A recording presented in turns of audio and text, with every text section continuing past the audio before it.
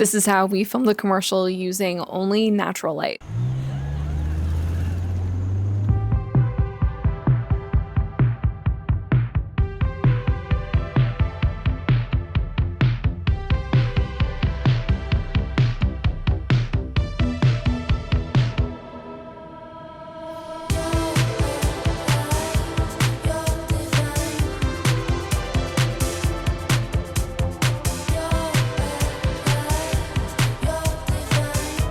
My friend Paige and I filmed a spec commercial for Glossier this summer. Spec projects like this have been a huge priority of mine this year. I think I've shot at least 6, and I feel like I learned something new every single time. The challenge here was to learn fabrics and frames and avoid using any actual fixture. I'm going to explain how we actually used fabrics in order to bounce, diffuse, or negate light, and I'm going to talk a little bit about why and when you could use these on your next project. There are only 4 things you can really do when you are outside exterior without any lights. Think about these exterior shots as just manipulating the sun. You are either diffusing it, you're bouncing it, you are removing it, or you're using it. For this spec project, we shot back in May and it was nice and sunny and warm. It was actually very hot. I got a sunburn that day. But I want to talk about our pre-production and how we actually plan to shoot this. So let's avoid 11 a.m. to 2 p.m. for any of those wide shots. The next time you are outside, I would encourage you to just observe what the sun is actually doing between those hours, and everything looks harsh, top down, not great for film. During this pocket of time between 11 and 2, we chose to do all of our close-ups. The next thing that we learned how to use was the Sun Seeker app. On our location scout, this app essentially helped us plan out the shoot according to where the sun was going to be. The direction of the road we were shooting on was east-west, and it allowed us usable footage pretty much after 4 p.m. So we started rigging the car around 3. Our car is driving east. Our talent is facing east as well, and our camera is facing west, and that allows the sun to live behind our talent at a nice 45-degree backlit situation. It looks beautiful. When we were doing laps where we would drive down the road and then turn around and drive back to our starting point, a lot of that footage is not really usable because it is so harshly front lit that there's no shape anymore. The direction of the road also matters, and it's these little logistical things that will actually help you push the needle forward on your work and allow you to maintain control without actually controlling the sun. Weather monitoring as you approach the shoot, keep checking the weather to make sure that there's no rain,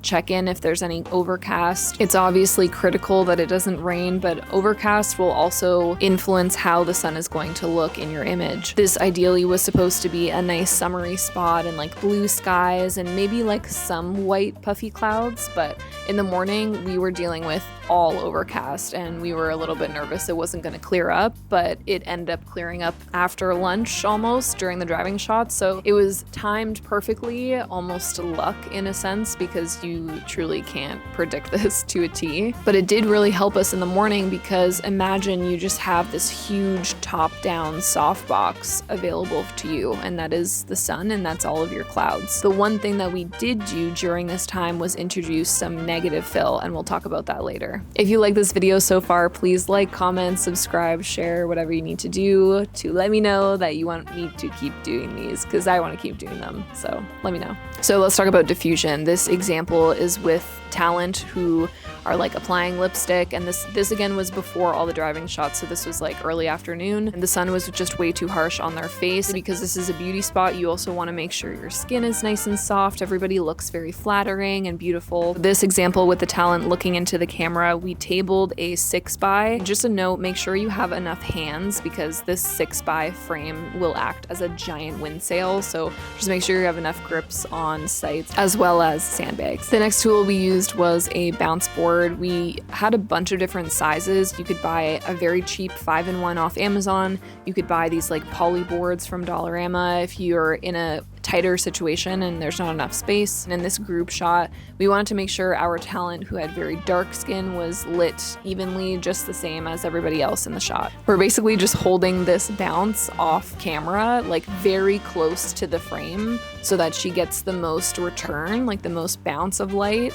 but obviously without seeing it. This example with Akira in the car, we had Matt holding a floppy just directly over her out of frame. Again, super close to the edge of frame, but you you don't actually see it. This just allows the sun and like the light to be absorbed. It's either a shadow that I'm casting or I'm basically absorbing the light that's around me. With this example, we just wanted to see a little bit more shape in her face and like her features. And lastly, using the sun to its full advantage. When we were driving this car, we did not have any flags or fixtures or diffusion or literally any fabrics while we were driving. And so in order to make sure that the sun is where we want it to be, schedule again plays a huge role. And I talked about this already, but that is essentially how you are using the sun. If it's a super harsh light, you can't turn down the sun. You can only add so much ND. There's also only so much contrast that it can, lend a hand. So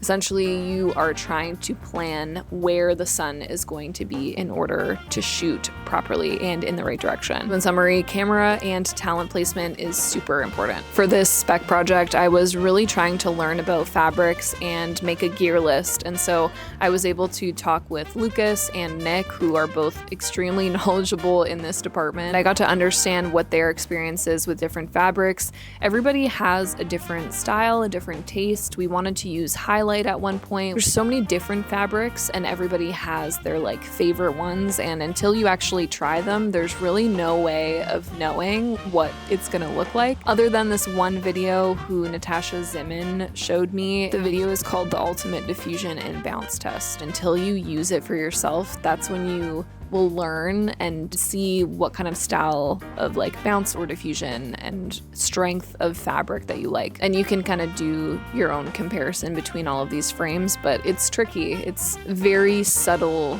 differences that you'll notice, but it's good to start learning and start getting used to like what these names are. On our gear list, we had floppies, which are essentially negative fabric, just black fabric wrapped in a 4x something frame. And it has a piece of Velcro so that you're able to like open up the floppy and make it longer. Next, we had 6x frames. 6x just means that it's 6 feet by 6 feet. And this is a metal frame that allows you to wrap fabric around it. All of this fabric is like custom that have little strings so that you can tie your whole fabric to this frame. We had an Ultra Bounce, which is essentially white on one side and black on the other. So it's really nice for versatility. If you need either one, you have one piece of fabric that does both jobs. Foam core, I mentioned this before, it's very cheap to get at like Dollarama or Home Depot. It's essentially just like a foam board and you can cut it into small pieces. We had a half grid, a quarter grid, and a silk as our fabrics. After doing this project, I want to talk about the pros and cons of filming without any fixtures. So cost effectiveness is obviously number one. Not only are you eliminating fixtures, but you're also eliminating power, so there's no need for a generator. The second pro is mobility. We are able to move around really quickly because there aren't a lot of heavy duty things to move around. If we need to pick up and move and change different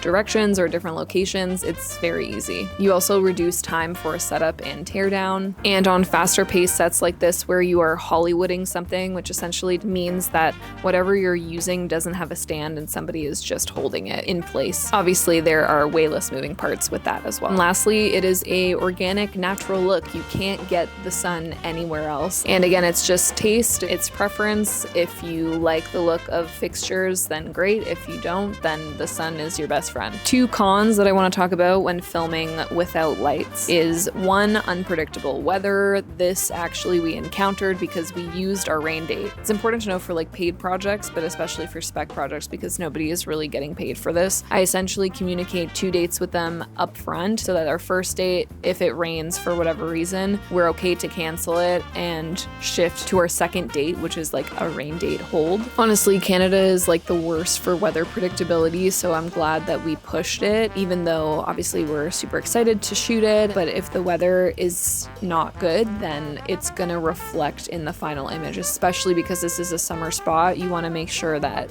it looks like summer. And my other con is just time constraint. So as soon as the sun rises, you're good to shoot, and as soon as the sun sets, you're done. You can't really go over time here. In conclusion, it's very important to be adaptable and creative when working without fixtures. Timing can change, cloud coverage could come in. You really have to just think on your feet and problem solve. Using the sun and simple tools like bounce and neg can really deliver professional results if you plan properly. This is proof that if you don't have a crazy budget, you can still make something look pretty good. You can really craft your image and accentuate what you already have with a very small amount of tools. I'm gonna be releasing a ton of behind the scenes on how we shot this throughout the day on TikTok as well as here, so follow me over there to stay up to date. I hope you enjoyed this breakdown. If you want to see more content like this, please let me know below, and I will see you in the next one. Goodbye.